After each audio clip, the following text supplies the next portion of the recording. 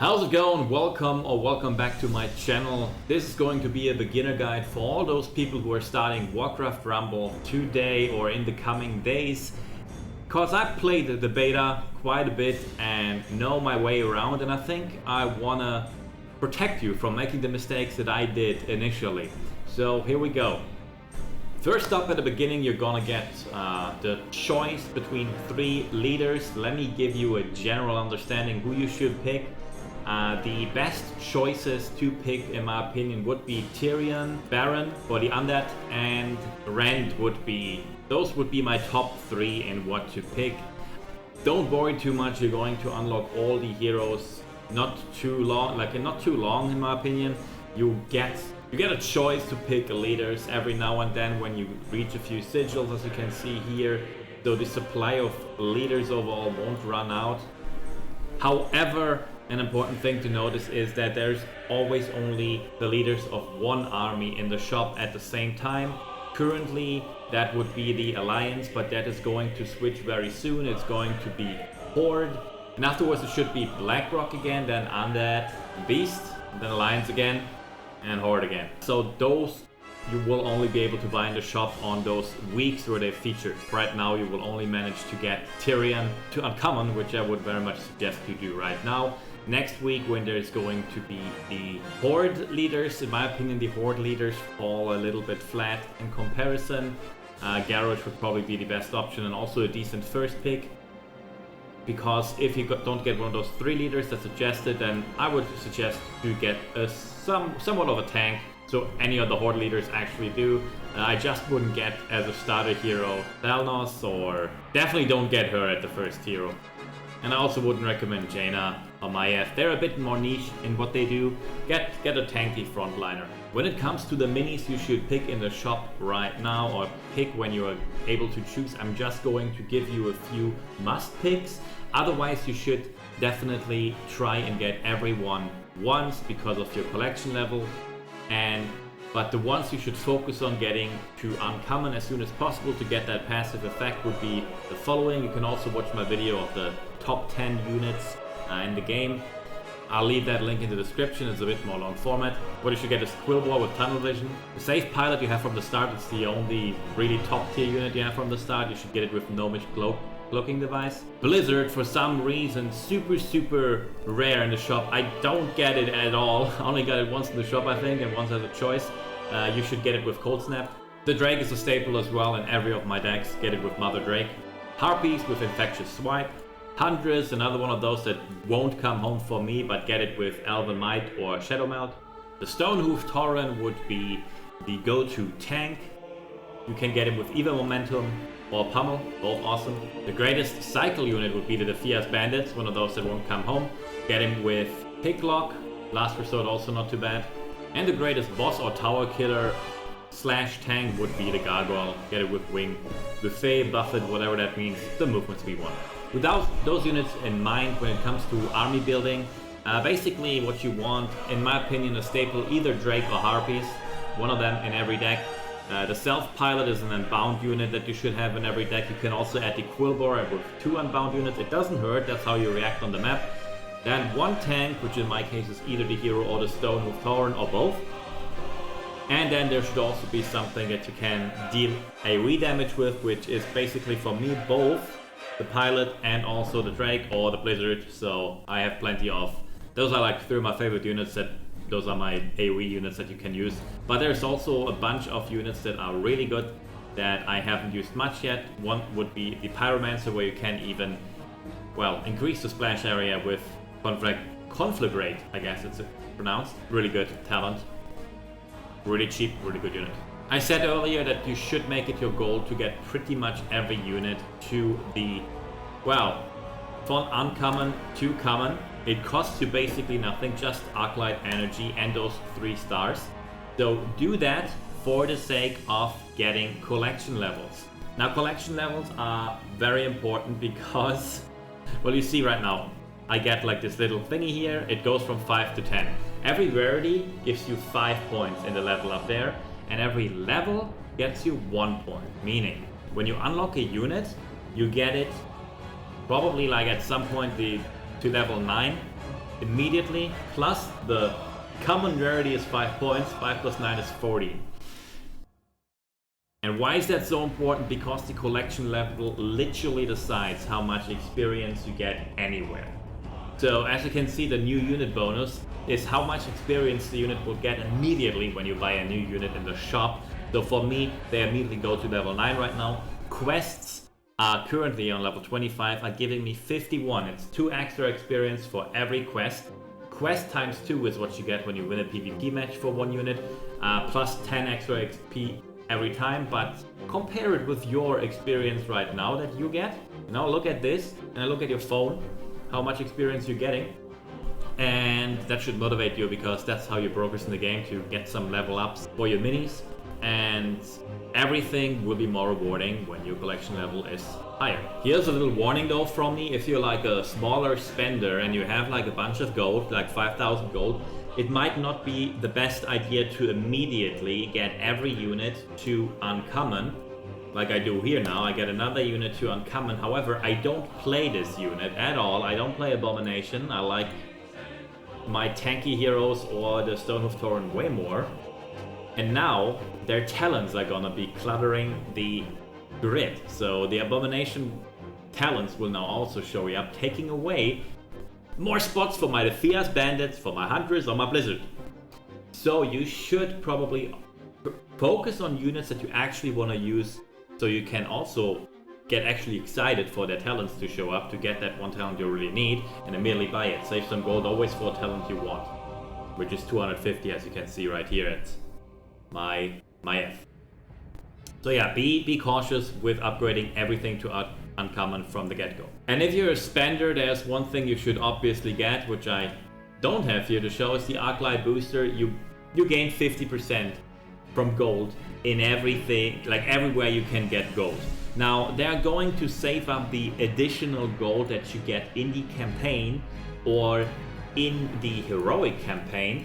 However, they're not going to save up the gold you get in every PvP season, which also accumulate to a bunch. So here I got 600. Without the booster it would be 400. Like the extra bonus 200 from the booster will not be collected in the booster to be picked up when you buy it on a later date. And yeah, all of that is 50% more gold. The other one would be the Arclight. Arclight is your weekly, you could call it your weekly quest to kill some extra zones with some extra rules, and you get 800 gold every week. That's way as a free-to-play player. If you bought the booster, you get 1200 gold. Truth be told, in my opinion, that's basically the game cost, the game purchase cost. Like I would say, yeah, it costs 20 bucks to play this game. I would be so annoyed. Like I bought the Arclight booster just yesterday. And I played the beta without it for a month, and the progress is just really unsatisfying. So when it comes to what does this game cost, I'm just gonna say, yeah, it's free to play, but you actually have to pay 20 bucks to really experience it at a decent pace. And if you want to spend more, never just straight up buy gold. Whenever you unlock a new zone here, or whenever you are finishing a zone, you get a really good offer that's about twice as much value as gold in the shop directly is value. So for example, I beat the Elven Forest yesterday on stream, and I bought the pack.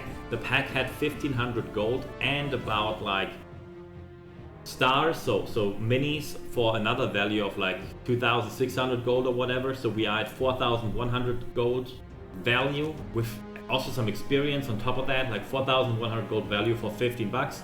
As you can see, 25 bucks doesn't even get us 4,100. We are pretty close to like what, 35 bucks for 15 bucks in comparative value now. You can say this game isn't worth 50 bucks at all for me, fair enough, but just don't buy. I'm just telling the spenders to not buy the gold and rather wait for the offers to pop up while you naturally progress the game. While we're talking about paying for getting more progress, let's talk about the pay-to-win situation in PvP. So first of all, at the beginning of the game, the only thing that really is pay-to-win in PvP when you start out are talents. So it makes a huge difference if all your units have talents or if they have no talent. That's where the real big difference lies in PvP. So when I look here, for example, my Blizzard doesn't have a talent, and the others all have a talent. So I would be much stronger than other people who start out because, as you can see, all of them are level 1. They are reduced to level 1, but they still keep their talent. So while my level link brokers in PvE right now doesn't matter, what matters are the talents. They're still there. And there are different thresholds. So as you can see here, below 1000, let's call it honor, yeah, they will all be level 1. Below 2000, they will all be level 3 or lower. If your unit is not there yet, it will be level 3. It won't be level 3. And below 3000, the level cap would be 5. Now that sounds really easy. However, that just sounds so easy because mini levels will be divided by 3, rounded up. So that means you cannot go higher than level 10 in this one here. And the moment you are above 3000 honor, there is no cap anymore, which means a level 18 unit divided by 3 would be level 6. A level 19 unit divided by 3 would be 6.3 period. And that would be in PvP then level 7. That means the max level for PvP is reached with 28. If your PvE unit is level 28, then you are going to have a level 10 unit in the game and PvP. You'll have to play quite a few matches though to reach 3000, I'll tell you that. Now we talked about having levels. The question is, how do you get levels? How do you even get levels? Well, the most basic thing would be to just level up your unit, gaining experience. The experience will reach quite a few heights later on. So you can see my Huntress needs 3750 to level up. My Blizzard is really out there. That is the next step. So 3750 was the previous level. Now we need 6500 experience for the next level. Pretty crazy. If we would only do that, our units could only reach level 20. That would be the max level gained by experience. The other levels come from rarity upgrades and the talents on top of that. Take this Blizzard right now. This Blizzard gains 0 bonus level from talents or rarity upgrade. It's all locked. This unit here gains 2 extra levels. One from unlocking uncommon and another one from having a talent. So 2 extra levels from those from this screen here basically. Now if we check out Tyrion, he's level 20 because he gets 4 bonus levels. Those would be 2 times the rarity upgrade because of uncommon and then rare, each gets 1 level, and then a level for every talent I unlocked for him. Meaning when we get him to epic and another talent, then we could get him to level 26. That's still 4 levels missing. There is another rarity which does not come with an additional talent, and that rarity is the legendary rarity. The legendary rarity is ridiculous to achieve. So if we're going in there's only one. Blackrock Mountain, the last map, Onyxia aside, on heroic difficulty, fully completed, would give me this one substance, the legendary upgrade core, to get it to legendary, which is an additional bonus level. So 7 bonus level from those upgrades. So far we only get 1 legendary upgrade core here, and it seems that in every PvP season, for the real crazy people out there, the highest rankings, Arcanite Reaper also get 1. So that's how crazy far you have to get in PvP to get the legendary core. Now you might have noticed with all of that, we have only reached level 27, 20 normally, 7 through those rarity and talent upgrades. 3 levels are missing. Those levels are, as you might have noticed already, if you have a completely fresh champion that hasn't done anything yet, where is one? My Horde champion. You have 3 plates, 3 bronze plates here. A Horde here gets level 1 bonus level. There also a Horde gets 1 bonus level, and here a ranged unit gets 1 bonus level. So you have to adjust your team according to your boss or your leader to get extra bonus levels. Now Tyrion is the furthest here. You can see I have gold blades. Gold blades are giving +3 levels. So here an alliance unit gets +3. The silver obviously being +2, in this case a tank. And here we have another +3. So here I have 4 units that get +3, 2 that get +1, and 1 that get +2. Where did I get that? That's the next mode, dungeons. You have to beat a dungeon with a hero. You can only always choose one hero to then do the dungeon with. And if you clear it, you get it 1 level. You get 1 level for your plates, basically. I get to choose, okay, do you want to make this bronze one a silver one? Do you want to get a new one? Because at the start you only have 3 plates. Or do you want to make this other one a gold one? Whatever. You have to play it with the hero. The hero gets 1 level up there. And also the dungeon will get 1 level up. So if I do Jaina now, she would get from 8 to 9. However, they recently introduced us, if your army is like way stronger than the current dungeon, you will get 3 levels at the same time to speed it up. But that way the dungeon will always upgrade 1 level as well. So right now Tyrion has to face level 18 enemies in the dungeon, considered to be orange difficulty. If I beat the level now, I get an army upgrade, and the next time dungeon with Tyrion will be level 19. That's how you can reach level 30, theoretically. As of right now, there is no team gameplay. There are no raids that you do together. There is no 2v2 or something. The only thing we have is guilds. I recommend you join something. We have a guild. I leave the Discord link of the guild in the description. We currently are accepting a few more members. We probably have 2 here that I don't know. I asked for them in Discord to react to me since I took over, but I don't think they are on Discord, so we might have a few spots open. However, I'm not entirely sure yet how the entrance level should be for new recruits. I'm still thinking about that.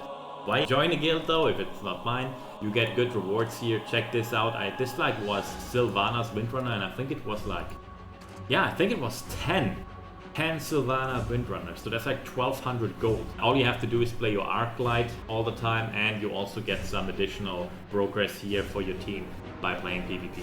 Now I dump all of this information on you. Now let me make it simple on how you should progress in the game. First of all, play PvE as far as you can. Really do so, because with sigils you unlock a few additional things in the game that need to be unlocked. So obviously the grid and the free gift needs to be the first leader. Sure, PvP, you want to unlock PvP, you want to unlock guilds, you want to unlock quests, you want to get the leader upgrade where they actually make one of your leaders to uncommon. Do me a favor, check out my talent guides or something, because don't choose the wrong talent. Very important info here. Be very, very sure of what talent you choose when you get a hero or a mini to uncommon, because once you can't buy all 3 of them. Once you buy that one talent, that slot is taken and you cannot replace it until you upgrade it weeks or months later to rare, which needs additional 10 stars of that unit. So be very sure what you take. If you take Baron, get the one where skeletons are no longer normal skeletons, but they are ranged skeletons, magic skeletons.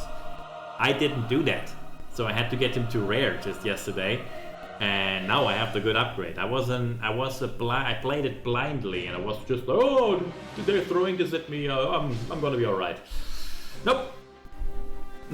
Took a while. Overall, you probably want to get to 30 to unlock dungeons, and then you have everything you need. Unlock all the modes, and don't bother too much with PvP because you don't have talents yet. I would just, and also like the PvP seasons are not resetting below 9,000, so it's not like you're missing out on those rewards here. This one you will get when you get there the first time. Only the reset is only happening starting here, so that means, yeah. If you're that good yet that you can climb that high, then climb as high as you can, obviously. So I would say enjoy the game at your own leisure. If you want to like talk, just join my live streams. Currently they're only happening on Twitch. Subscribe to the channel, leave a comment below if you have any questions. I'm happy to ask. I have YouTube even notifications on phone, so I should respond rather quickly. Otherwise you can join my Discord as well in the description, and I hope you have a great time with the game and have a good day. I hope this was of help to you, and I'll see you in the next video. Goodbye.